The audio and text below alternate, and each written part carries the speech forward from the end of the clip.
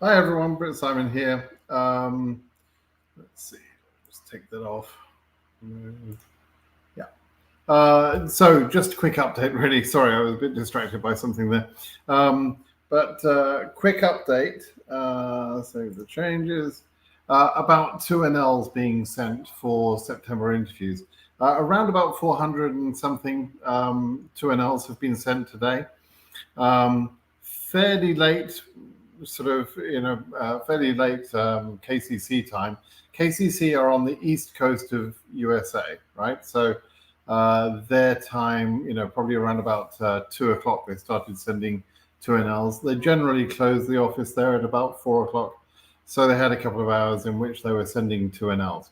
Zarthisius kindly extracted the data just so that we could see how many 2NLs have been sent. Of course, we are not certain about which 2NLs went to which embassies, but I do know that Accra, for example, Addis, Almaty, a number of the embassies that start with the letter A received their 2NLs.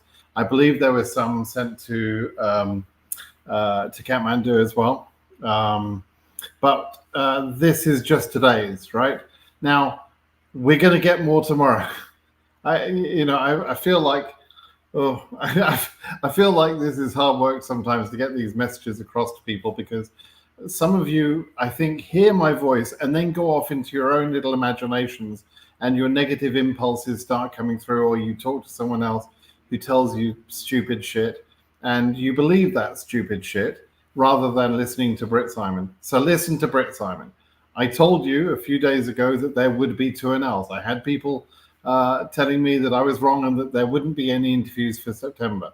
They are clearly now proven to be wrong, and I knew they were going to be wrong. So just as confidently, I can say that the 2NLs will continue over the next few days, right?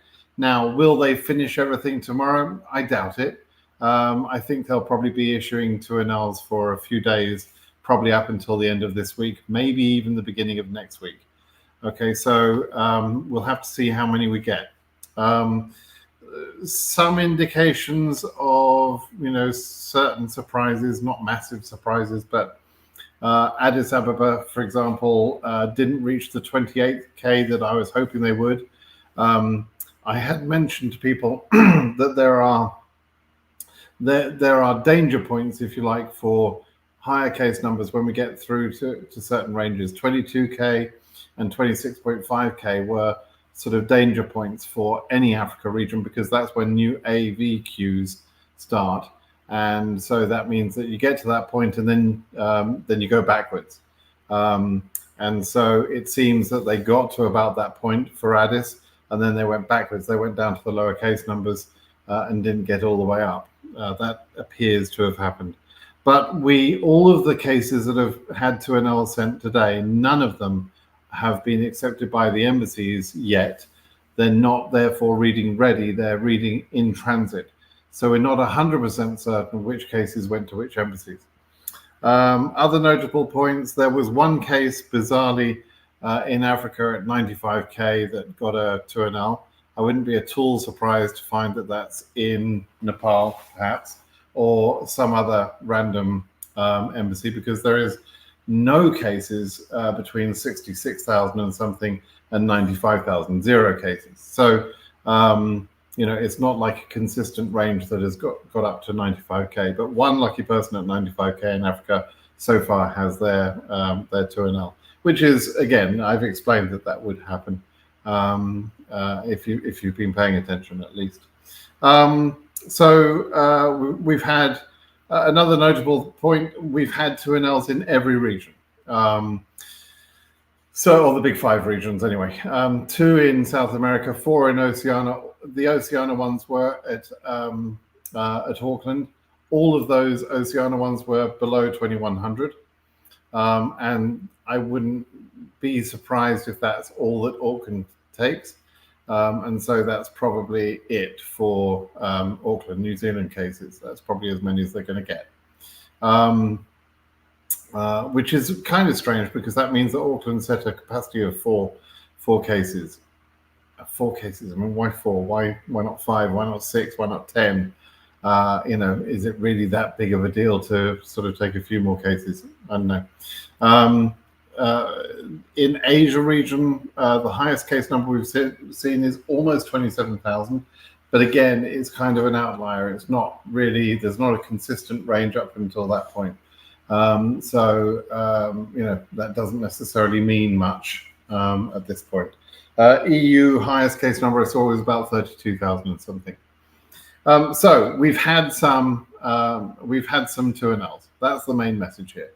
There were also some 2NLs sent earlier in the day to Yerevan, I understand, which were for August interviews. So all of the 400 plus ones I'm talking about are September interviews, but there were some Yerevan ones that went out, and they were August. So far over the last few days, we've seen August interviews finishing off in Yerevan, Paris, and Nami. And so that's kind of interesting that they were still sort of finishing off some of those. Okay. What else to tell you? I think that's probably about all I can tell you. Good question here. Does it go in alphabetical order? Yeah, so it sort of does and it sort of doesn't. There isn't a strict rule that says the embassy 2NLs have to be sent in alphabetical order, but there is kind of an observed pattern that we see, and it sort of breaks. But today, for example, we had Ankara, Almaty, Accra, who else did we have? Auckland, and so on. They were all A embassies. And then randomly we had Kathmandu. So I think the USA has decided that the leading K on Kathmandu is not an important letter, and they're just treated like an A embassy. I don't know. I'm being silly if anyone wants to check on that. Okay, so a couple of quick questions here. Because if it puts, oh, hang on. So let me read the last part. Because if so, it puts under risk embassies with last letters of the alphabet. No, it doesn't. It doesn't put them at risk at all. Please don't misunderstand what it means to just send the interviews by alphabetic number, alphabetic order. It doesn't mean that. It doesn't put Yerevan or whatever at the back of the queue. It just doesn't work like that. Okay, so it's just, don't worry. Do 3,000 numbers ever be qualified in the OC regions? Well, they're not in DV 2024, but numbers are different every year. So if you're a DV 2025 candidate, we don't know yet what a case number of 3,000 means in DV 2025 for OC. So you need to wait until we've got some more data. We do know that that's too high in DV 2024. It's above the final visa bulletin. The final numbers are set now. They're not going to change, right? So there you go. Navy is at 72K. Do you think they can reach 100K? I don't think so, but who knows? We'll wait and see. I have an error in the birthplace name, companion DS form. The correct one is Kakari and the false one is Karari. What do we think? I think it's a trivial non-issue. Don't worry about it. Hi, Simon. DV 2024 case number 96K. What's my hope? Not very much. It depends where you are. You will find that there will be a few cases in the 80s, 90s. Well, 80s, there'll be a few more than a few. I think we'll see some embassies going up to sort of low 80s, some of the bigger embassies. Then we'll have smaller embassies that fairly randomly take very high case numbers. Could be some 90s, 100s, 110s, even 120s. We will see a few of those, but it's just not going to be very many. So I think that's the bit that a lot of people have not seemed to grasp yet.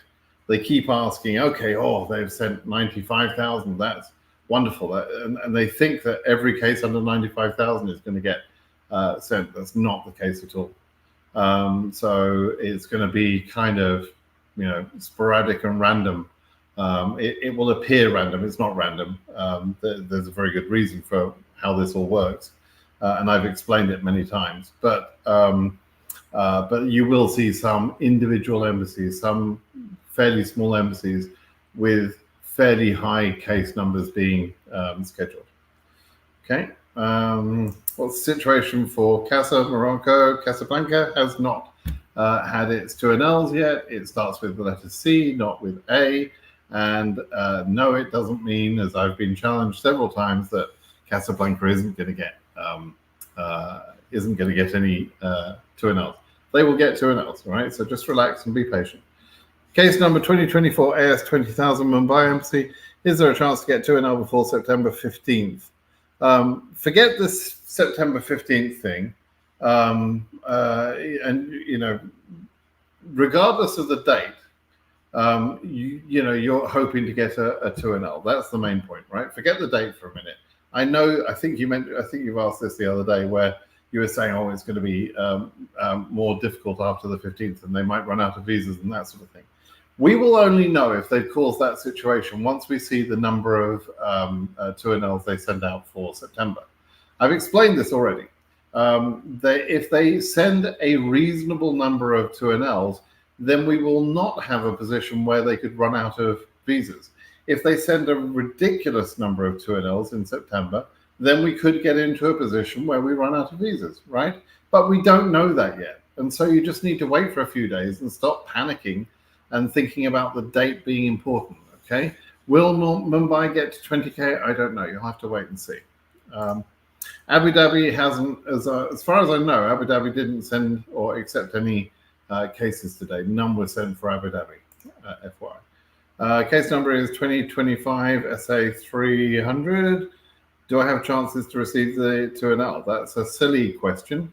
It's silly because your case number is so low that you don't need to be concerned. So, I've said in previous videos, etc., in lots of places, that if your case number is in the low range, the first half of the numbers, don't even bother asking, and you just asked. So relax. Have an error. Oh yeah, I've talked about that one. What chances do I have with EU 48,000 in Sofia? Probably not very good at all. Is there an update of 2NLs? Yes, that's what this video is for. That's why I'm online. Yes, there's been an update on 2NLs. KDU, I believe, has received, Kathmandu has received some 2NLs today. Britt, what's going on with Algeria Embassy? Only 1K 2NL today. 1K 2NL today? What? I don't know what you're talking about. I don't know what's happening with Algeria. I don't know whether they received any 2NLs today. We'll have to wait and see. My case number is 68K. Any hope in Algeria? Yeah, you should be okay, I think, but actually I shouldn't shoot from the hip. I don't have the data, so I'm not going to go check that now. So wait and see. Okay. I'm trying to make this fairly quick because I don't want to make this a long session. My friend, so Jordan Embassy just scheduled case up 17.2. Fine. Some people reported that their interviews were on the 2nd and 3rd of September. Could they send some 2NLs tomorrow? I have to wait for the second batch. Right. So this is a good question. If you're at an embassy which has received 2NLs for the month of September, then my guess would be sort of 90% certain that that would be it. That's all the 2NLs we're going to see for that embassy. Is it impossible for them to send a second batch? No, it's not impossible. But I don't see why they would have delayed sending 2NLs this far if it wasn't that they were preparing all of the 2NLs that they could manage. And therefore, why would they send half a batch to an embassy and then sort of follow up in a few days' time with a second batch? That doesn't really make any sense to me. So it's probably not going to work out for you, but you'll have to wait and see. I can't be 100% certain. I'm just telling you what my gut reaction might be, about that. Okay. When will 2025 2NLs be out? In August. Same as every month. There's the same cadence every month, right? The visa bulletin is between the 8th and the 15th. The 2NLs are sent immediately after in the few days typically after the visa bulletin. This particular month was fairly unusual because it's the end of the year and there was a lot more to do and there were more factors going into that, and so they delayed sending 2NLs, leading people to jump off of buildings and go crazy because they thought no 2NLs were going to be sent, and so people were losing their minds. But for DV 2025, August interviews will be scheduled in October interviews will be scheduled in August. Peter says, any hope 2024, 40,000 in Bosnia? Probably not, but you'll have to wait and see.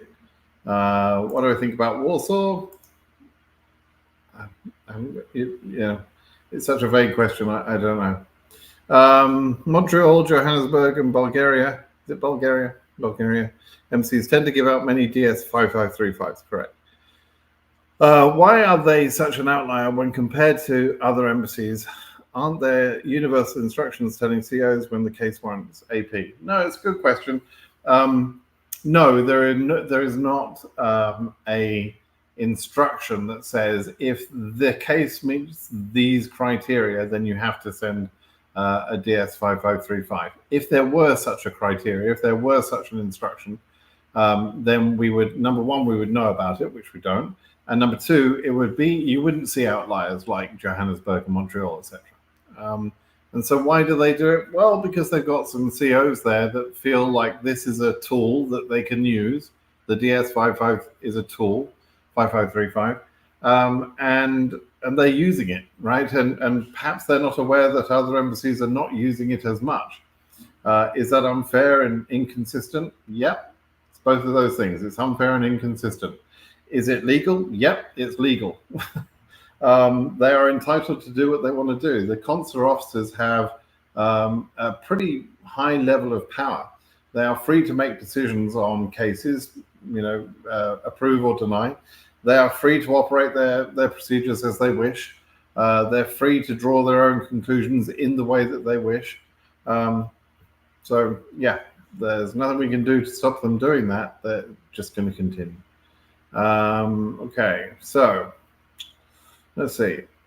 Qatar winner at 81K, 2025. Will you have a chance to be called? I don't know. That's a year from now, right? You're asking for a prediction for something that could happen a year from now. And between now and then, there's a lot of things that could happen. So you just have to wait and be patient, okay? What do you think about Warsaw? What's your guess about the maximum CM, which is going to get an interview? I don't have a guess for that. I'm just going to wait and see. Freetown, 71K, any hope? Yeah, I think so. Last video said Abu Dhabi embassy program is full and they won't do 2NLs for September. So far, that's looking to be true. My case number is whatever in Abu Dhabi. Any hope for me? Well, if they don't do any for September, then you know that, then that's kind of your answer, right? So is there hope that I'm wrong and that, the letter that they sent or the email response they sent to someone was incorrect? Yeah, there's hope for that. We'll have to wait and see, but that's all we can do, wait and see. I don't have any direct connection to Abu Dhabi Embassy or KCC to be able to check that for you. You, on the other hand, could email the embassy and ask them, right? And if the response that I've seen to at least one other case is correct, you'll get a similar response, and then you would know. You can do that, right? You can ask them. Cameroon in Abu Dhabi, same answer. Just popping to say hi. First time I caught you live. Hope everything is going great. It's very good. Number 1, 2. What do you think about Warsaw? You've already asked me several times, right? Case number 103K, Philippines embassy. What's my hope for the 2NL? So this is the kind of bizarre thing that could work out, right? You're sitting there with an Africa, I assume. I've had to assume because you didn't tell me, but an Africa 103, K case, and you happen to be in the Philippines for some reason. What's your hope? Is you might get lucky, right? But all you can do is wait and see. That's the sort of kind of bizarre situation that you have. Some random case number in some random little embassy around the world that doesn't do a lot of DV lottery cases for whatever reason. It can work out that way. And the Philippines is not a tiny embassy because it does a lot of other sort of cases, but I don't think they do a lot of DV cases. So, we'll see. Do you think that Riyadh will reach 100K? Probably not. Does someone in a different cost code thank their nationality? What? Does someone in a different cost code think their nationality get treated differently? I.e., someone with Middle East nationality but in the OC region due to marriage. I mean, James, I don't know how to answer that question. It's a really badly phrased question.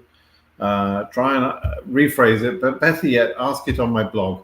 But put it in a way that I can actually understand what the heck you're asking, and that would make sense. Okay.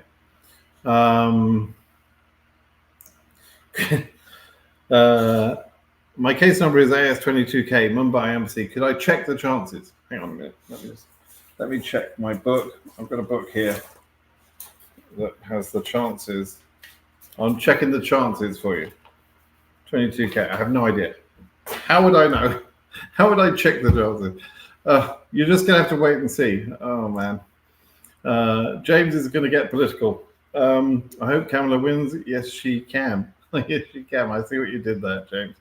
I hope she wins too. I think there's been quite a good buzz over the last couple of days over the political situation. So yeah, and she's going to kick Trump's ass if they ever get to debate.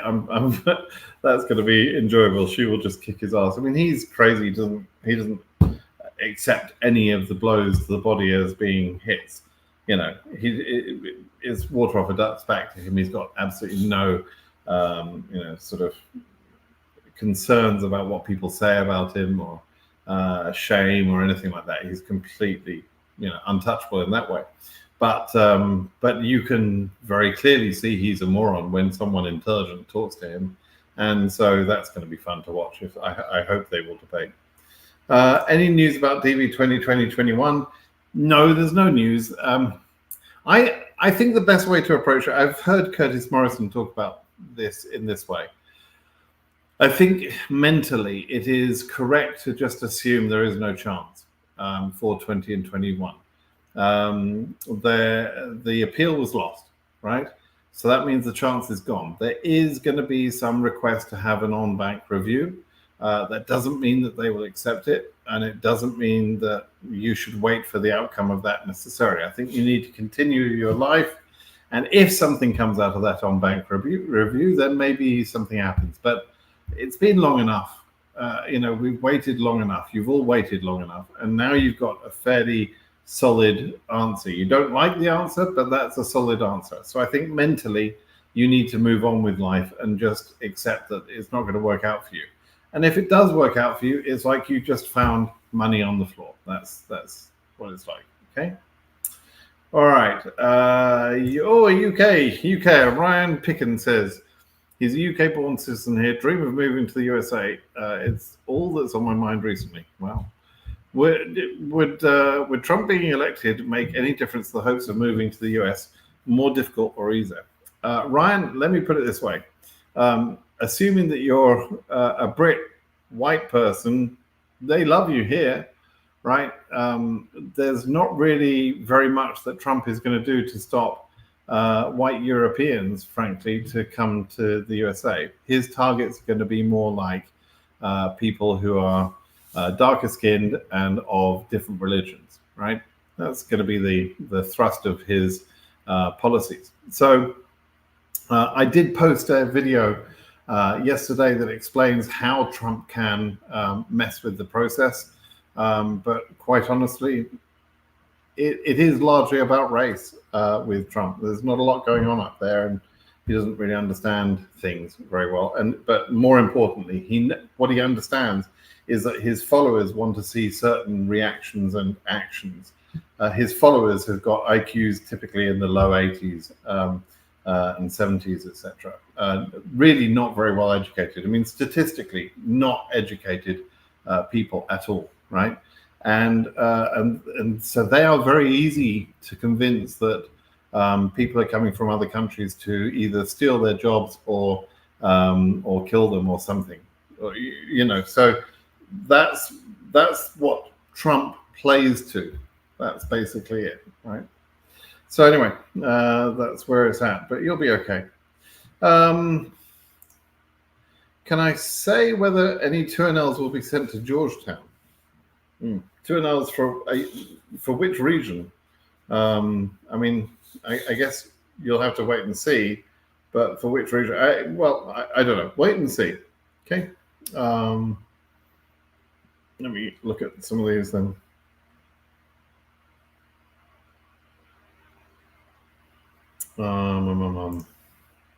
What's your take on battling nerves and restlessness while you're waiting for the interview?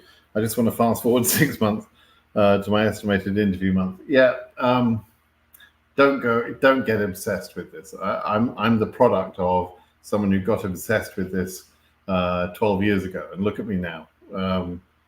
Still talking about this bloody thing. I'm a citizen now, so don't get obsessed with it. Just pop in and check it out. Visit the blog every once in a while.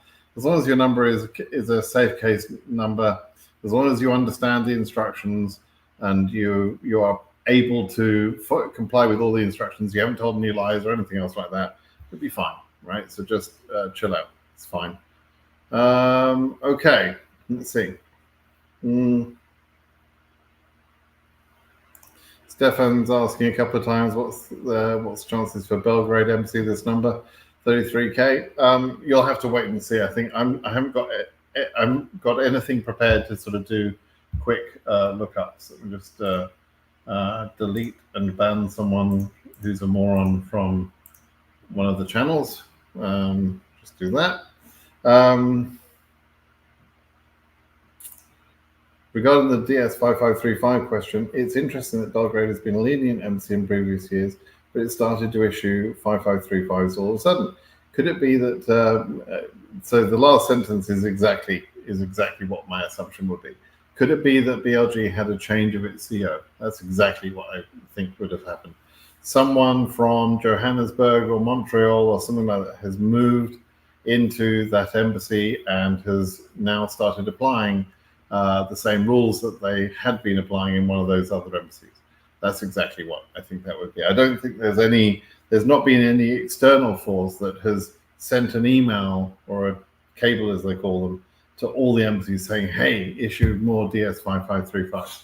By the way, that's one of the impacts that came from the Trump administration, 5535. That was actually delivered in that timeline.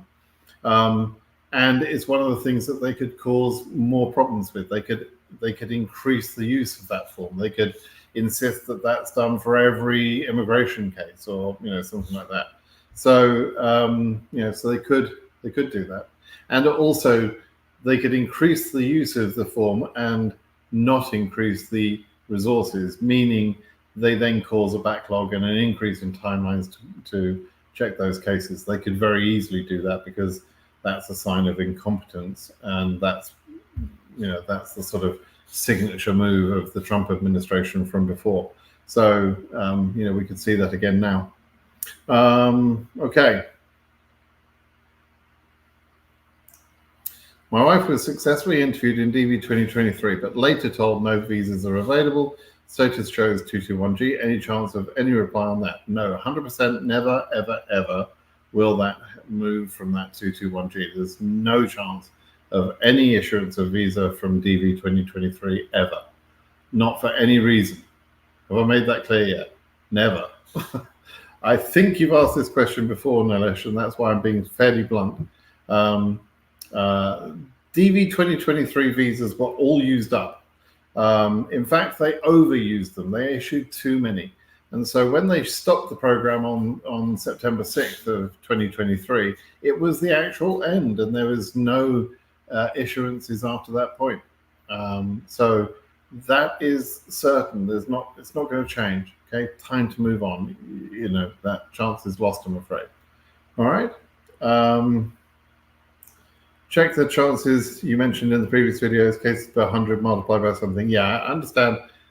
I understand that I was being cheeky with the book, but I've demonstrated that method several times. I've made a video about it. I've shown you how I've done that. You don't need me to do that same calculation. You have the same access to the same data I have access to, and I've demonstrated numerous times how I do that calculation. So you're welcome to do that yourself and have a look and see what you think. Okay, you don't need me necessarily to do it. And when I'm kind of busy, like I am right now, because I am actually still in my work day, I've still got some work to do. When I'm in my work day, I'm sorry, I don't have the time to do those things. Okay. I'm going to be applying for the DVL for the first time this year. Do me and my partner need to enter separately? If one of us, if one of us were to win, can we bring the other as we're not married? Right. Okay. So Ryan, what you do is you both apply as single people. You have to, though. You're the guy from Britain, right? In order to qualify, you have to have passed at least your A levels in UK standard. And you need 3 passes from the A levels for the right number of UCAS points that would then allow you to enter university. So, if both of you meet that requirement from an education point of view, or can meet the requirement of the work experience aspect, check on my blog if you don't understand what I mean by that. But if both of you meet that requirement, then yes, you can both enter.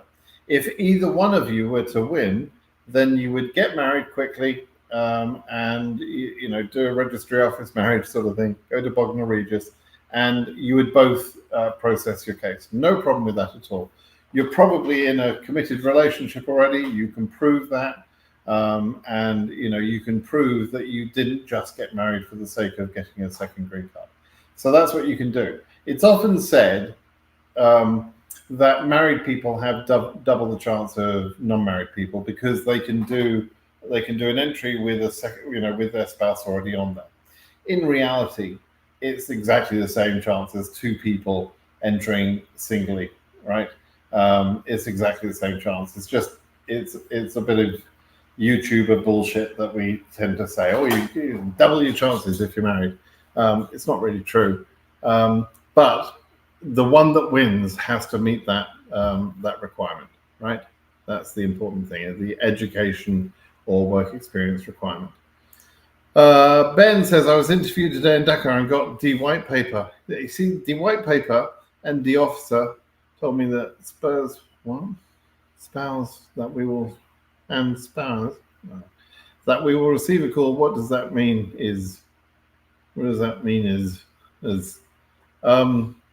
I don't know what D officer meant, and I don't know what the D white paper means, because D white paper could just mean they're out of D yellow paper or D red paper.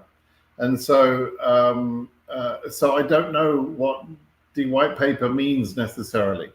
It probably means they're putting you on 211G, but I don't know for 100% sure. You'll have to wait and see. You can check your CX status over the next few days and see what that says. It will probably say the word refused, but have a fairly long description text underneath the word refused, which means it's 221G while they're doing some sort of background checking. Okay, so good luck with that. But please don't make the assumption that they use the same paper colors in all the embassies around the world and that they're 100% consistent. So when you say they use the white paper, it doesn't mean anything to me, which is why I'm being a bit cheeky about it. Okay.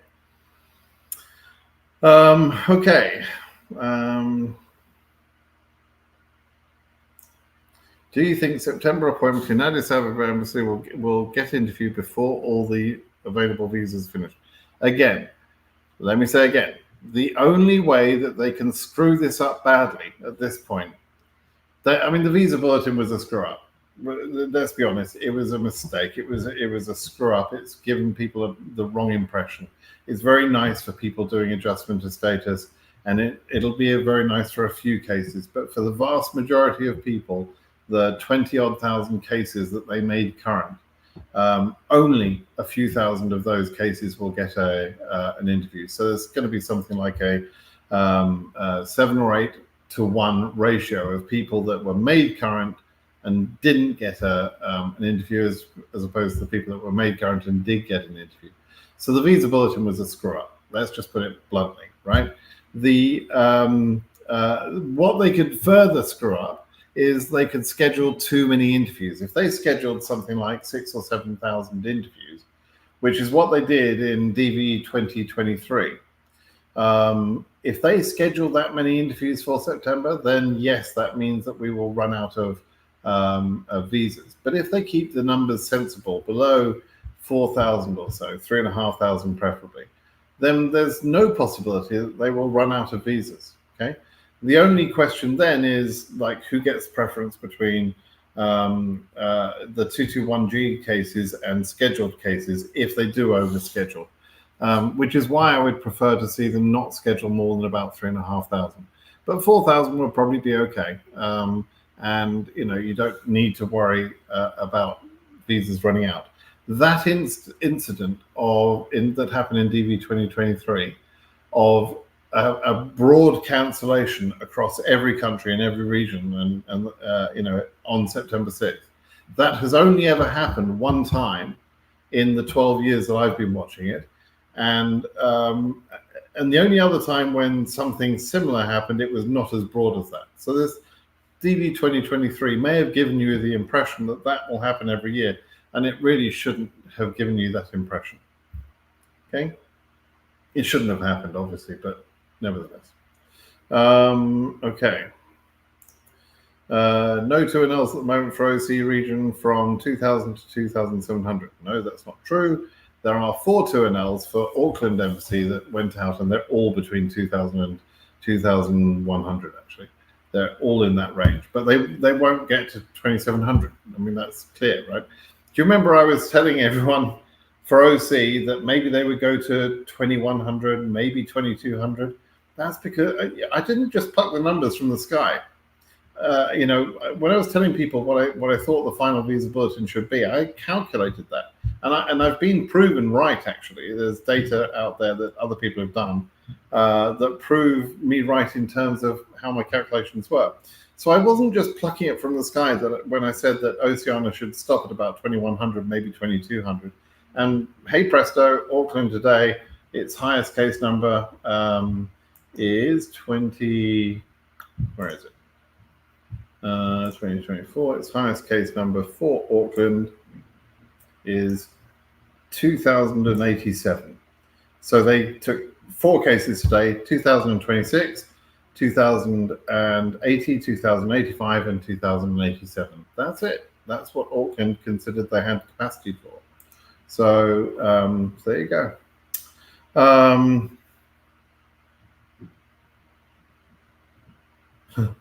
James, I'm white European in OC, but married to someone from one of the Muslim countries. Yeah. Plus, I've traveled there. I'm hoping the best. Yeah. So your marriage will probably get you out of that problem. So don't worry about it. And if you're the winner, white European in OC, but married to someone from, you're the winner, James. You'll be fine. Won't affect you. I have case number range under 400 in SA. With your knowledge, when will I probably be in the interview? Again, kind of a silly question along the lines of the same question earlier. It'll be in the first few months, okay? Be patient. Why there is not SEAC data update of 2NLs? There is. I think you're probably referring to Zarthisius' site. His site is only updated on Fridays. Right, it's just once a week update. It's not live connected to the database because the government has so far not been cooperative with us to give Zarthisius that live connection that we would like to have. Come on, government, why don't you just do that? So it's not live connected. However, he has scraped the data for information so that I could actually put that information out, and I've done that. I've explained to people, what's happened today, and so the data is there.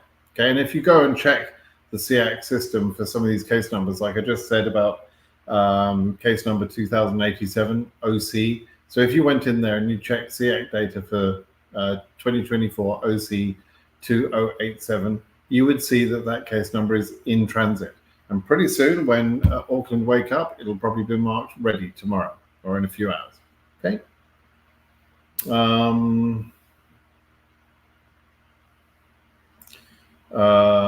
Can you give your opinion on Dublin Embassy and the possibility of AF50K? I don't know the year, so that's the first problem there. Okay, a couple more questions. Let me see if I can answer a couple of questions here. Just a couple of quickies. How and now, informative answers.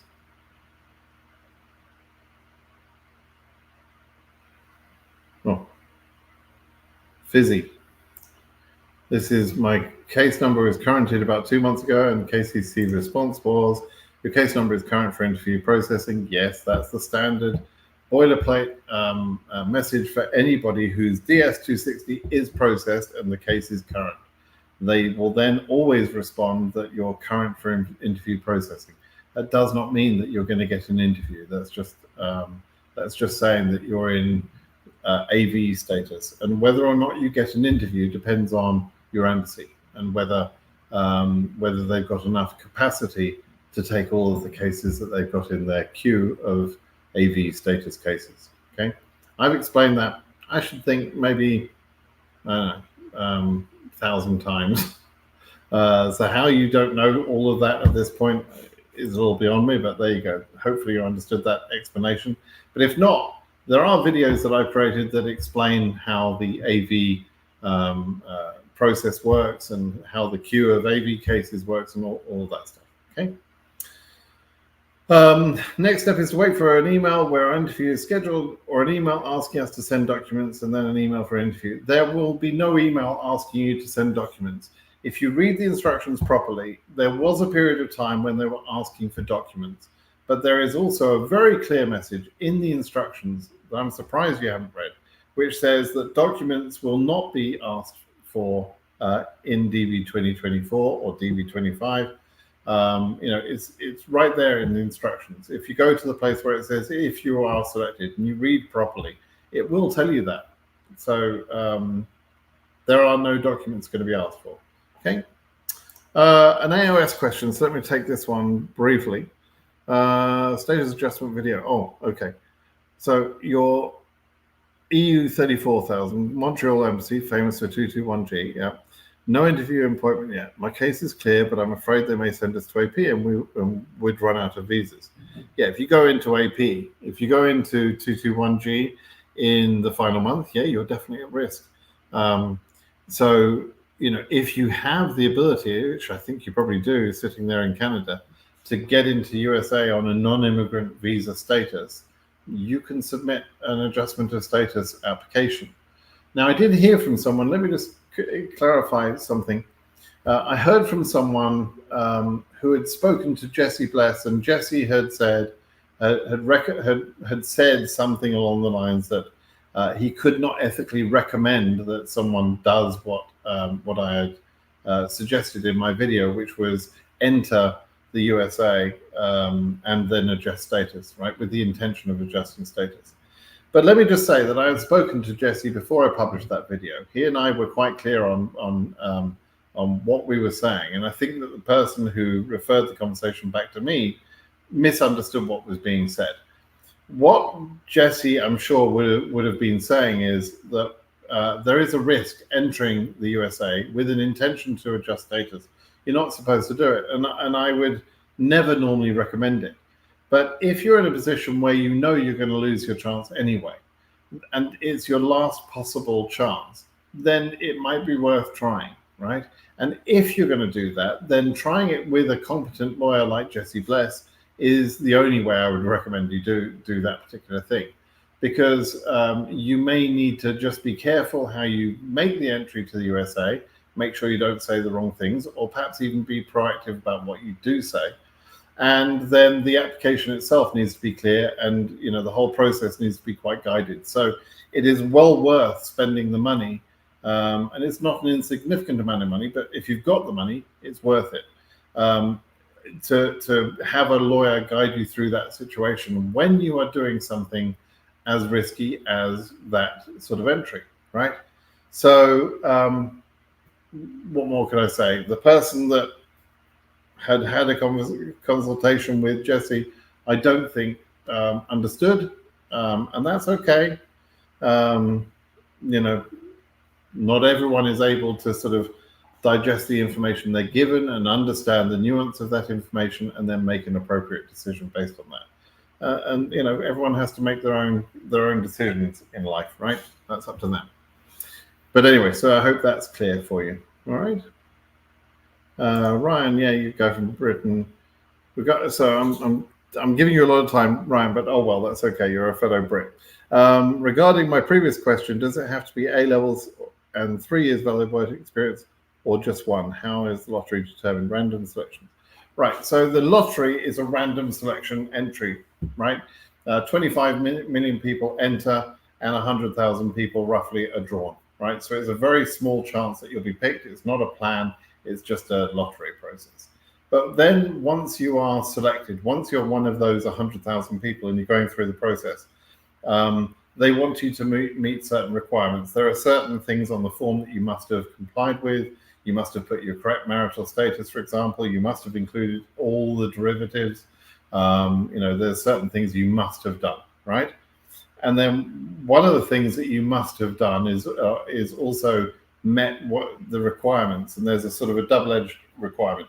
You can either meet the requirement on education, which is the same level as an American 18-year-old kid who is able to leave high school, what they call high school graduate in the USA. That's 18. And that high school graduate in the USA is able to go to what they call college over here, which is university, right? To start a bachelor's degree level course. So if that's the requirement, the translation of that into every other country means that it should be the level of education that allows you to enter a university with no further checks, no further GED, which is an American thing, but no makeup tests or no further sort of education courses, etc., in order to be able to get into university. And so in the UK, that university entry level is typically set at 3 A levels. I think you might be able to do it with 2 A's. You'll get enough UCAS points from 2 A's, but that would be unusual. If you're smart enough to get 2 A's, you're probably smart enough to get 3 B's or 2 A's and a B or whatever. And so the number of points you can get to get you into a university, just any university, it doesn't have to be Cambridge or Oxford, but a university. That's the education route, right? The alternative to that is a work experience route, and that requires 2 years of experience within the last 5 years, right, in a job that requires 2 years of experience or training. And so what that sort of latter bit means that it needs to be a sort of slightly senior level job. It can't be a bricklayer, for example. It would have to be the manager of a construction company that is supervising bricklayers, for example. It can't be a low-level job. It has to be a supervisory job or a technical job. Could be a programmer. Could be can't be a regular. It can't be a car salesman. But if you are, if you were running a car dealership, or maybe in the accounting firm of a car dealership, I'm trying to paint a picture here of slightly more, qualified jobs, middle management jobs and up. Jobs for which that you need either an education going into that job or you need some experience to get promoted to that job. You can check your own job at a website called ONET Online. If you just Google that, it's available. And if you want to get a proper description, Google my name, Britt Simon, and the words Britt Simon work experience, and you'll come to a web page where I explain exactly how that requirement between education and work experience works. Okay, so do that, Ryan. I've done lots of work for you, so you don't have to worry about it. Well, you've got lots of good questions. I keep scanning down looking for interesting questions, Ryan, and your name keeps coming up. So this is the Ryan show today. I should have just sent you a link and we could have had a chat. Do we ever find out the total visas handed out for each country? Yes, we do. For example, the UK, as I'm aware, it's only just recently been added back into the low immigration list. That's correct. It got back in because of the COVID impact, and it won't stay in for very long, maybe only a couple of years. Yes, we get the statistics. If you Google the words DV lottery statistics, those 3 words, DV lottery statistics, you'll find yourself at a web page where it shows the number of entries for each country over the last few years. It shows the number of people selected in each year, and it shows the number of people issued visas in the DV class. It's all right there. It's amazing. Transparency is pretty good over here. Okay, let me see one more question. If we can find one more decent question, and I promise to everyone it won't be Ryan's question. whatever good question he has out there.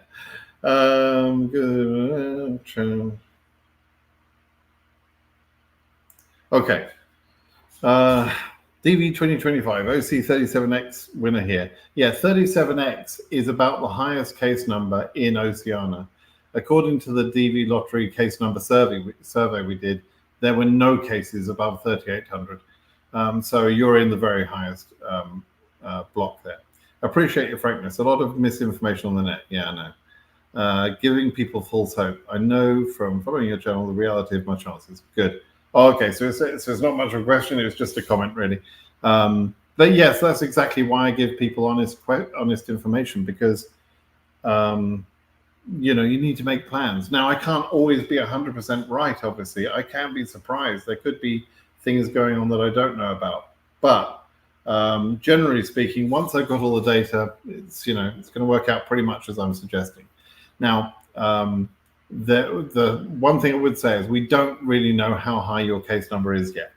We will have the selectee numbers when the next visa bulletin is published. We'll have the selectee numbers per country, and we'll add up those numbers for each region and globally to see how over-selected this year is, DV 2025. There were 143,000 people selected in DV 2024. That's way too many. If the DV 2025 number is 100,000 or less, then even your case number could get a chance. We'll have to wait and see what it says. But if they've got like 110, 120,000 selectees, then we're going to have a problem again. There's also a reduction in available visas for DV 2025. I'm going to record a video on that, I think, later on tonight. There's a reduction of about, it could be up to 3,500 visas left. It's similar to the NICARA program that was operating for a few years, where another program is in place and takes visas from the DV lottery budget. It's perfectly legal. It's been passed as law. And what it means is there will be less visas available in DV 2025. So that 100,000 number I mentioned is like, that's the highest number. It can't be higher than that. If it's higher than that, we will see somebody somewhere missing out. Doesn't mean everybody's going to be missing out, but there will be some people missing out. So, we'll see how that goes.